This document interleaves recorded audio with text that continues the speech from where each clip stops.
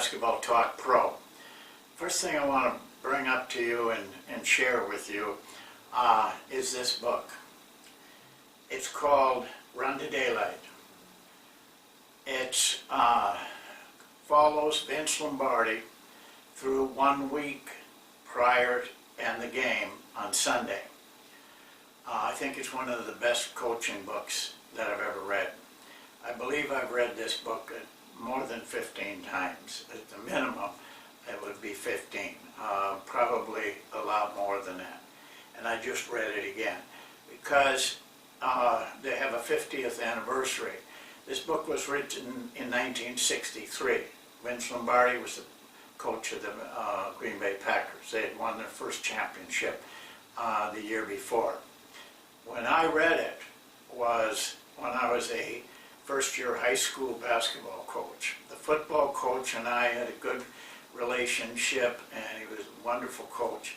And one day he mentioned to me, he said, "I think you should read this book." And I did. And I've read it so many times over and over again. But when you read this book, you have to really read it because he says things, they're very profound statements, very simple, very brief, but very profound. But you have to look for them. You could read right over them if you weren't really alert and looking for things. That's why you have to read it so many times. And the other thing you're going to find out about Lombardi, which a lot of people don't understand, is when you read this book, you'll see how statistically oriented he was. At that time, nobody had a statistical program like he did, and yet it was very simple, and it did what statistics should do. It helped the coach make decisions, create new items for him, and he used statistics. The statistics didn't use him, and it wasn't tricky stuff or spectacular stuff. It was in the trenches kind of statistics. Well, today we are going to use a different kind of statistics, though Lombardi was the first football coach that saw the importance of allowing players to pick their spots. And that's why the book is called Run to Daylight, because that's what he told his runners to do. Nothing set. Run to where there isn't anybody. Run to daylight. Well, we talk about improvisation in basketball. And I'll just give you the one number that makes improvisation so important to you, and that is that 70% of all the scoring is done in non-structured places, without plays. Plays only represent 30% of the scoring for either team, and it's been consistent game after game, NBA, college, high school. This is where your players are playing, is in those spaces where there is no structure. They're going on their own. It makes sense to me to prepare your teams to play in those spaces. But what is happening, coaches don't do that. They're like guys that are alcoholics. They're in a state of denial. They can't get away from running plays. They feel like you have to run plays. You don't have to run plays. In college, I coached a team that was 17th in the nation. We beat a lot of great teams, Louisville, all those teams. We never ran plays. We just ran freelance. Plays are predictable. Freelance is not predictable. And I wanted to talk to you today about that, because I'm trying to get across to you to give up that fear that you're not going to be in control if you don't have plays. Now, coaching freelance, like the monk offense, is different. You have to change. You have to be a little bit different. And you have to be able to mentally give up having to control everything. You'd be surprised. You're going to be in control. You will be in control if you can coach it right. But your players have the freedom to do what they feel is right to do. In the monk offense, and then I think any good freelance, we use rules rather than directives. We don't say go here, go there. We just say here's a rule. And you have to know those rules and to impart them to your players. But you have to have the mental frame of mind that you're willing to give players freedom. You're willing to allow them to make decisions at the moment. And we train players to become instinctive in those situations. And we create a situation where they don't think. Because once you think, you short circuit anything instinctive. You kill it. The mind has got to be blank, and the players do what they feel is best to do. Don't structure them with certain directives. You got to go here, you should go there. That's making plays. They don't work. And don't put them in a position where they're ever wrong. The one thing I tell our players constantly, you're never wrong. Do what you feel like you're doing. Don't tell them, read the defense. You're structuring it. Tell them, feel the defense. Feel what you should do. If you coach them right, they will eventually get to the point where they don't have to think, they just do. Everything becomes automatic because they're not thinking. And that's a change that you have to make. The other thing I want to warn you about, freelance basketball is ugly to a lot of coaches. Most coaches, most people, they don't understand it.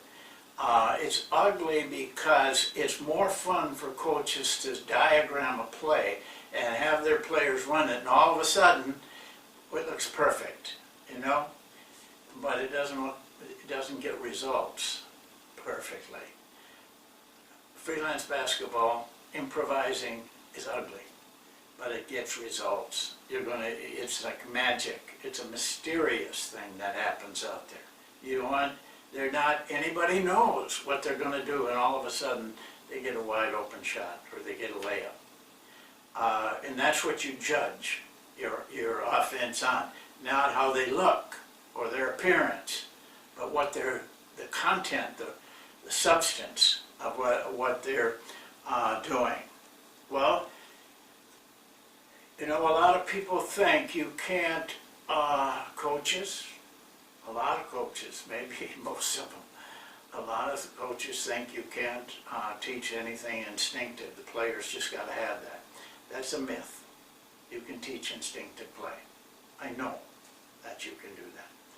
And, but you have to work at it. You have to and be willing to spend time and be patient, because the results don't come quickly. But look around you. What in the world is that's really good, really puts you on the top, that comes quickly? Nothing. If you want a quick hit, you're dealing in illusions. What you want is going to come slowly and arduously, day after day, consistent. It'll come, but it isn't going to be there today or tomorrow or the next day. And that's when most coaches can't handle that. They want something today. They want it right now. Those things that you get right now, 2 days later, they're gone. They evaporate. They're just not there anymore. We teach improvisation with a total of 6 drills. 3 of those drills are cuts without a screen. We teach pass and cut.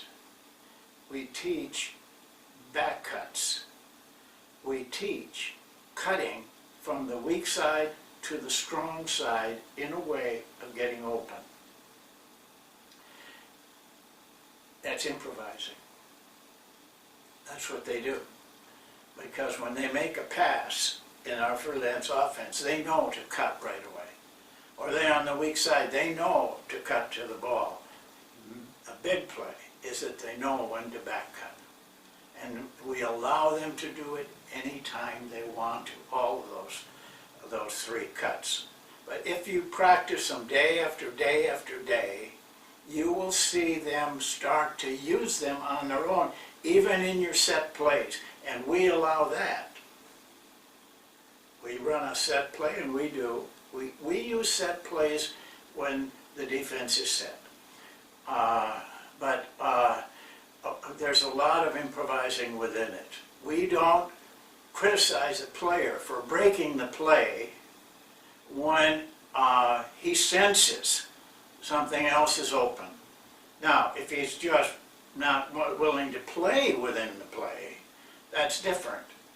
But if he's doing it with his feeling and sensing things, that makes your offense just really go.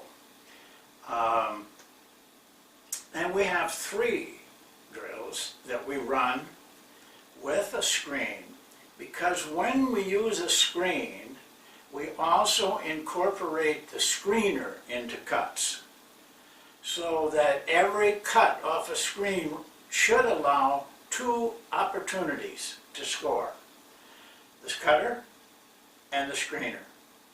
We are very cognizant of making the cutter responsible for the effectiveness of the screen. Very seldom, probably not at all, do I ever criticize a person for the way he screens. I may tell him, we don't believe in headhunter screens where you go down there like a tackle trying to screen a guy. We believe in quickness with our screening. We want our screeners to be able to move, because they a lot of times get the best shot. But with those 6 drills, if you consistently coach them, help your players to learn them, and know that you've got to take them to the point that it's automatic, then you'll have success. The learning phases go like this. For a long time, a number of practices, you're teaching them something they have to learn. They're in a learning mode in their mind. So they're thinking all the time, should I do this? Shouldn't I do that? What does the coach want me to do? What's the other player going to do? They're still thinking. And it'll take them some while. The next phase is a phase of repetition. Repetition. Repetition. Constantly, so that they do it over and over again. Now the learning phase starts to shorten and get littler and littler and littler. And the third phase is when it disappears and they do things automatically. They do things instinctively. They do things they make up. They do things in an instant, rather than, oh, he's playing there, I better go here. Too late, too slow. It takes time to get them to that, but you can't shorten it. What you can do is stay consistent and don't add things. Keep it simple. In this book, Lombardi is one of the simplest coaches you ever want to see, but his team executed perfectly and beautifully. And that's what you want your team to do.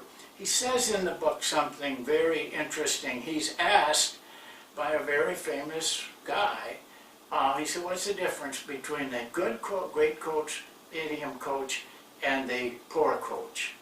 And he said this, the good coach, the great coach, knows the end. He knows what he wants. He sees what it should look like at the end. The others can't see that, and they don't even aim for it. They are just doing something that they think they should do. They don't feel and understand the end result, and they wouldn't recognize it if they saw it. He says that, by the way. Well, that's it for today. This is a very important part for me to get across to you.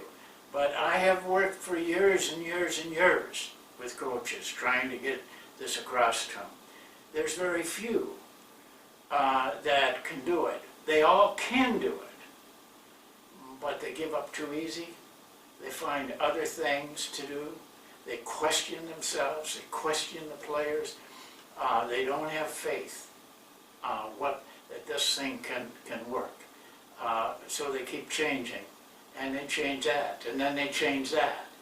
And that won't work in this system. But we'll see you tomorrow, and have a good day, and thanks for watching.